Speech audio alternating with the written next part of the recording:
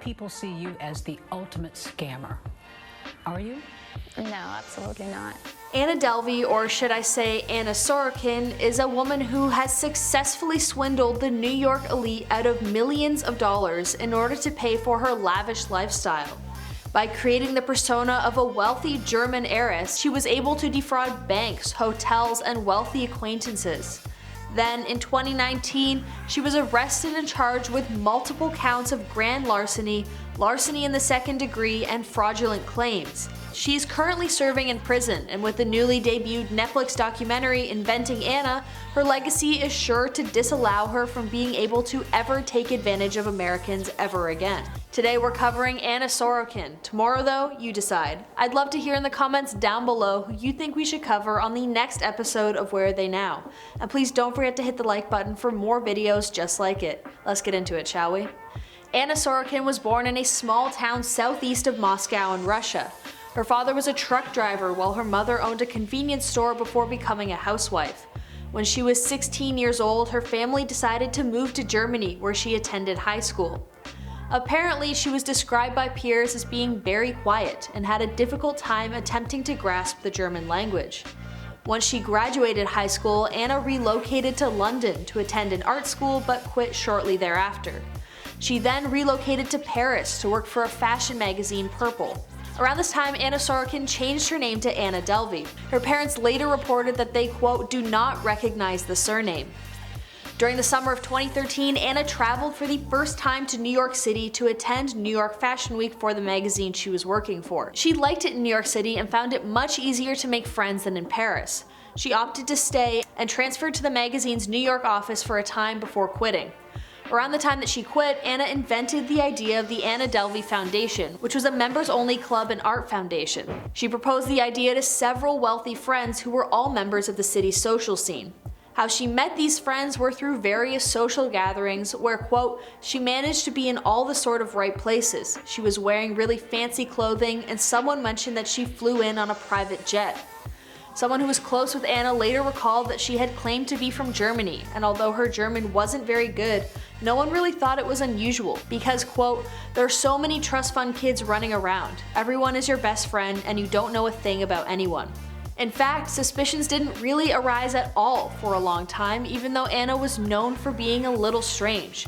She would sleep on friends' couches, moving into someone's apartment without paying rent, and putting taxi rides on other people's credit cards.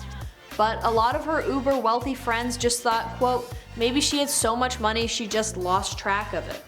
Eventually, when she turned 25, Anna started to put into motion her plans for the exclusive club.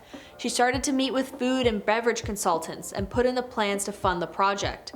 In order to make her entire lavish vision come true, she would need to secure almost $50 million in funds. At first, she turned to private investors before deciding against it because she didn't want anyone telling her what to do. Eventually, she got in touch with a lawyer who put her in touch with several high rollers after she signed an agreement that she actually had the resources to pay for all of this and wouldn't embarrass the firm. For some reason, I guess they never called her bluff because she now had contacts with the National Bank and Fortress Investment Group. In investor mode now, Anna began having dinners with artists and celebrities alike to try and sway them into giving her money for her club. The whole time she was in New York City, she was staying at 11 Howard Avenue, a fancy hotel. She doesn't have a credit card on file, which normally doesn't happen, but the hotel was new at the time and they were intimidated by Anna's friend circle, so she had agreed to wire the hotel money. After it didn't come, management grew antsy because before eventually the money was wired. But still, the hotel wanted to put a credit card on file for her. Eventually, the hotel changed the lock on her room and put her items in storage while Anna was out of city. Eventually, her bills began to pile up, and with all these checks bouncing, she was finally charged with grand larceny and tons of counts of fraud. She was admitted to Rikers Island, a famous prison in New York, and she obviously couldn't pay her bail, so she awaited her trial in prison. When speaking about the friends she'd made in prison, Anna stated, quote, there are a couple of girls who were here for financial crimes as well. This one girl, she's been stealing other people's identities. I didn't realize it was so easy. Apparently, her whole time she was in prison, she never admitted to any guilt. She also rejected the claims that she was a wannabe socialite, stating, quote, "I was never trying to be a socialite. I had dinners, but they were work dinners. I wanted to be taken seriously. I would have better and faster ways to get some. Resilience is hard to come by, but not capital." She was sentenced to 4 to 12 years in 2019 in a trial that caught national attention for Anna's outfit. The famous baby doll innocence of Anna Sorokin's trial seemed to give off the illusion of her sweetness and inability to do anything wrong. The bouncy white dress wouldn't save her though when she was convicted of defrauding hotels, restaurants, banks, and a private jet operator out of more than $200,000. After her trial, she was sent from Rikers Island to the Albion Correctional Facility in upstate New York. Then, during a parole hearing, Sorokin once again apologized and expressed remorse. Quote, "I just want to say that I'm really ashamed and I'm really sorry for what I did. I completely understand that a lot of people suffered when I thought I wasn't doing anything wrong."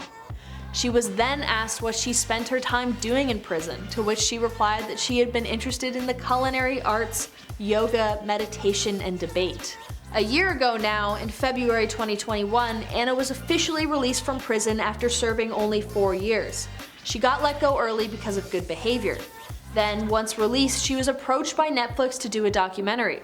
Although she isn't entitled to any of the money gained from royalties, she was a paid consultant for the docuseries that dramatizes her life. Apparently, she is using that money to pay back almost $200,000 in restitution to various banks that she's defrauded. She's also attempting to get her charges downgraded to a civil dispute from a criminal charge. As of 2022, she had a Twitter account, but it got suspended. Her Instagram account, however, is fully active, and she posts regularly about herself and her Netflix series. Julia Fox even commented on one, and it's still a little weird to see all this positive press coming out of all of her post comments. People seem to really like the woman, who would definitely have swindled them out of their money if she got the chance to. But it's not all smooth sailing for Anna now that she's free of her charges. She's now officially overstayed her 2017 visa, and now that she's finished her conviction, it's American law to deport her back to Germany. She's now currently in ICE custody as they deliberate whether to deport her back to Germany or Russia, or let her reapply for an American visa. There's the argument that she hasn't fully rehabilitated, given that her Instagram post seems to consider it all to be some kind of joke. Her attorney has filed a motion to have her released, but nothing has come of it yet. Now, while in ICE detention, Anna has said, quote, "While the world is pondering Julia Garner's take on my accent in Inventing Anna, a Netflix show about me, the real me sits in a cell in Orange County's jail in upstate New York, in quarantined isolation. My visa overstay was unintentional and largely out of my control. I served my prison sentence, but I'm appealing my criminal conviction to clear my name. I did not break a single one of New York State's or ICE's parole rules. Despite all that, I've yet to be given a clear and fair path to compliance." And now Anna's future remains in limbo as she awaits her asylum appeal or if she'll officially be deported back to Germany. So what do you think of Anna Sorokin's story? Have you seen the Netflix show? Let us know in the comments down below, and please don't forget to subscribe to this channel for more content just like it. Thank you so much for watching this episode of Where Are They Now? I've been your host Sierra. See you next time.